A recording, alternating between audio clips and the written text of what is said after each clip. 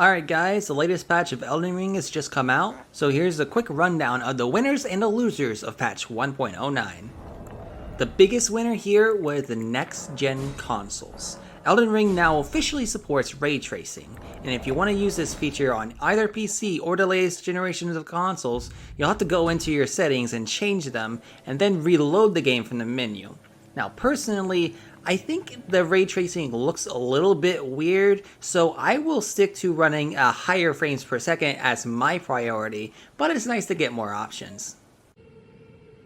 Now, some of these changes will only take effect in PvP during invasions and Coliseum battles, and one such change has been made to the Sacred Relic Greatsword, and specifically to its Ash of War, Ways of Gold, which will now reduce the damage and poise damage of the Ash of War at further distances. I don't expect this will change how the weapon is used much, but it is still a very welcome change as it is very often spammed. And while Wave of Gold users are crying, there will be a different group that are celebrating, and I am talking about those who like using claws and fist weapons, who will be rejoicing as their weapons have simply had their damage increased in this last patch. Claws were already pretty strong, and I've made a few builds videos around them already. Buffing their damage, which was the only damage buff on the entire patch, will just go to help them out even more. To top that off, they also increased the range of the Light Steel Fist Ash of War. Though in my personal testing, it seemed that there were a few instances of the extra range connecting and dealing damage, but not leading to grabs.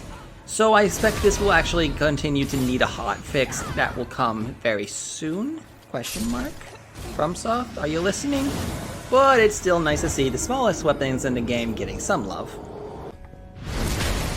If you do any amount of PvP in Elden Ring, you've probably already seen someone either using this exact build or the version of this build that uses Twin Blades instead.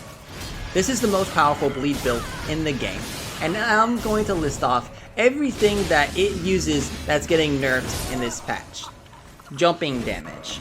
The boost from the Claw Talisman, which buffs jumping damage. The boost from the Jacket, which also buffs the jumping damage.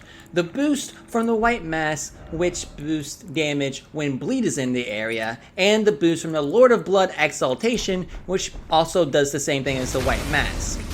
All of these put together will make for a very strong build, and From Software has decided to nerf every aspect of it. Not to worry though, you can still put this build together and it's still a very strong build, it's just not as broken. Remember the amazing new guard break mechanic they added in Elden Ring? Yeah, it hasn't seen much use in PvP due to its fast-paced nature, but now guard counters come back even quicker than before, so maybe they might actually matter against other players? Look, that might be a stretch, but not as big as one as you might think. We'll see, time will tell on this. Whether it's a mage or a naked man who has decided to solo Malenia, light rolls are very useful, especially after the 1.8 patch. However, they have been slightly nerfed in this patch.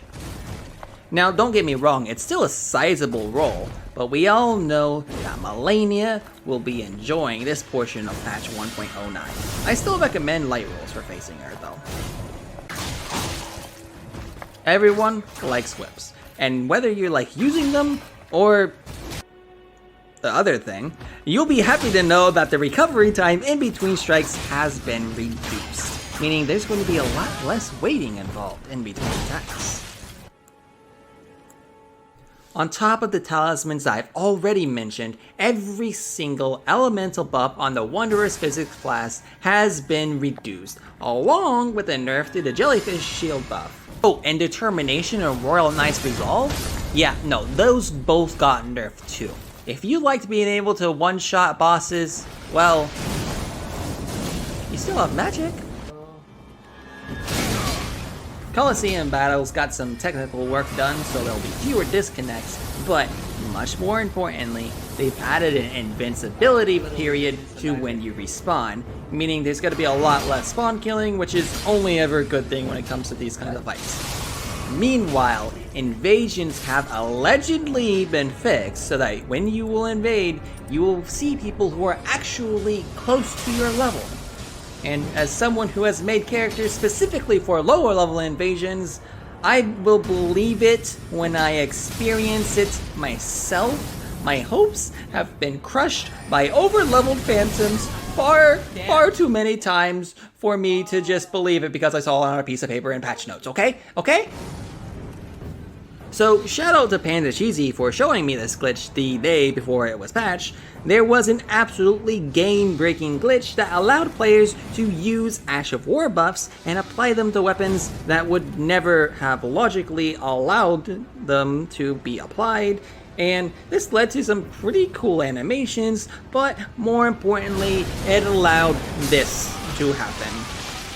So, yeah, that was fixed and we are thankful for it. The last winner of the day is the Great Club gaining faith scaling? I guess it makes sense given that it's a branch of the Earth Tree, but there's no reason to ever put points into faith just for this weapon because a pure strength build will always just net you more damage. But on a side note, strength weapons saw buffs and scaling across pretty much every major area, so I would recommend giving them a go if you have not already. Leave a like and check out this build. I definitely recommend trying this out after this latest patch. It's a really good build. You need to try it. What?